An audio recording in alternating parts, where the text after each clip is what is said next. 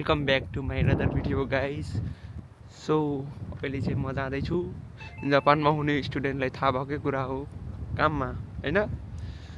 So अहिले चाहिँ बजेको छ 2 अनि म चाहिँ काममा हिँडेको अनि अनि मेरो स्कुल चाहिँ छुट्टी भएको थियो 12:30 बजे अनि छुट्टी भएर पनि आएर पनि हैन। सो म खानासाना खाएर म गएको रुम अनि मेरो चाहिँ जिउ दुखेर हैन म हिँड्न पनि सकेको छैन, बस्न पनि सकेको छैन। किनभने भन्दाखेरि म 2 वर्षदेखि भलिबल खेलेको थिइनँ अनि 2 दिन अगाडि चाहिँ म भलिबल खेल्न गएको थिएँ। खेल्ने बेलामा त केही भएन। सो अहिले चाहिँ त्यसको मलाई पस्ताउँदै छ अहिले।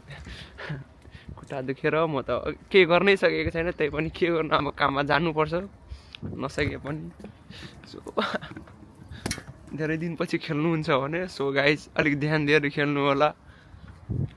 के भन्नु गाइस, दिन तनाव छ त्यही हो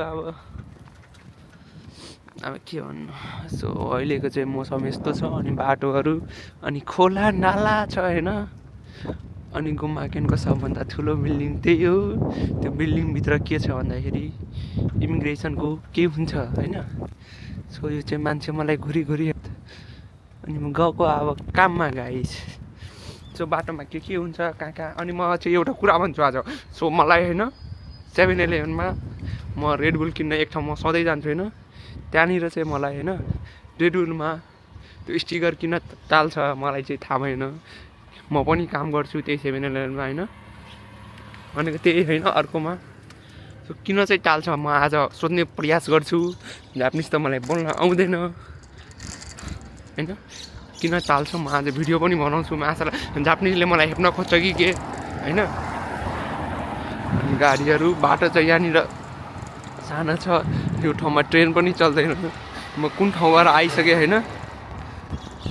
अहिले म चाहिँ अहिले गुम्बा क्याम्पमा छु हैन। तर यहाँनिर काम पाउनु चाहिँ लास्ट गाह्रो छ हैन। त्यही पनि के गर्ने, काम त खोजिरहेको छु हैन। त्यही पनि पाएको छुइनँ, त्यही पनि के गर्ने अब।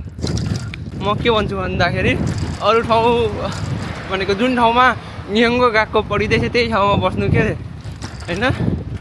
नभए गाह्रो पर्छ म जस्तै हैन। काम नपाएर तनाव छ मलाई यहाँनिर। सो अहिले चाहिँ म एउटा काम पाएको छु त्यही पनि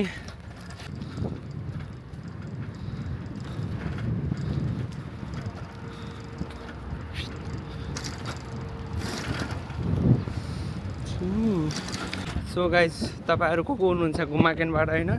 क्यान यु सजेसन मी म कसरी लाइसेन्स बनाउनु हैन। कुन ठाउँ जाँदाखेरि सस्तो पर्छ हैन।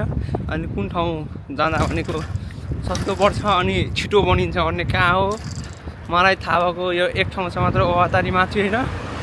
त्यहाँ चाहिँ अलिकति महँगो लिन्छ, के गरौँ नगरौँ भइसक्यो हैन।